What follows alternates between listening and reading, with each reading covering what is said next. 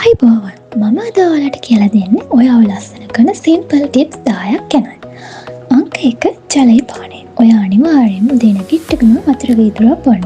ඒක ඔයාගේ දවසට හොඳ ආරම්භයක් වෙනවා වගේම ඔයාගේ සම පැහැපත් කරන්නත් උදව් වෙනවා. අංක 2 මූණ අත ගන්න එක නවත්තන්න. අපේ අතල් ගොඩක් විසවිසි තියෙනවනේ. ඒ නිසා නිතරම මූණ අල්ලන්න යන්න එපා. කුරුලෑ තියෙන කෙනෙක් නම් ඒවා කඩන්න යන්නත් එපා.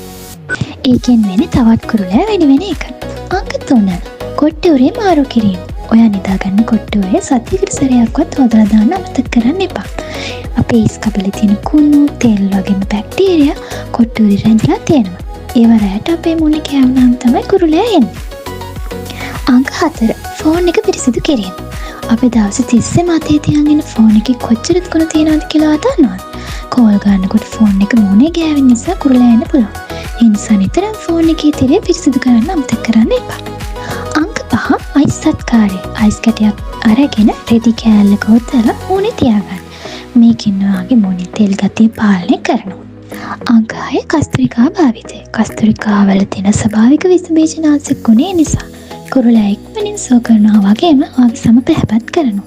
අංක 7 ආසේදු වතුර භාවිතය. බත් වෙන හාල් හොදන වතුර ටික විසි කරන්න එපා. ඒ වතුර ටිකින් මූණ හොදන්න. කොරියානු කාන්තාවන්ගේ ලස්සන වීමේ රස තමයි මේ හාල් වතුර සත්කාරය. අංක 8 කෝමාරිකා සත්කාරය. ඔයාගේ ගෙදර කෝමාරිකා තියෙනවා නම් මූණ හොදලා ඉවර වෙලා කෝමාරිකා මදේ ටිකක් මූණේ ආලේප කරන්න. ඒ නිසා මේ තෙතමනේ රැකෙනවා වගේම අවුවට පිච්චෙන සම යථා තත්ත්වයටපත් කරන්න.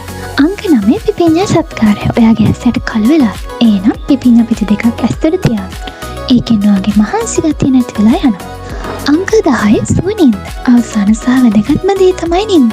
රැට හරියට නිින්දක් ලැබුණේ නැත්නම් මොන දේ කළත් වැඩක් නැහැ. ඒ නිසා දවසට පැය 6ක් 7ක් අනිවාර්යෙන් නිදා ගන්න. එහෙනම් මේ ටිප්ස් ටික ඔයත් ෆලෝ කරලා බලන්න. ගිහින් එන්න.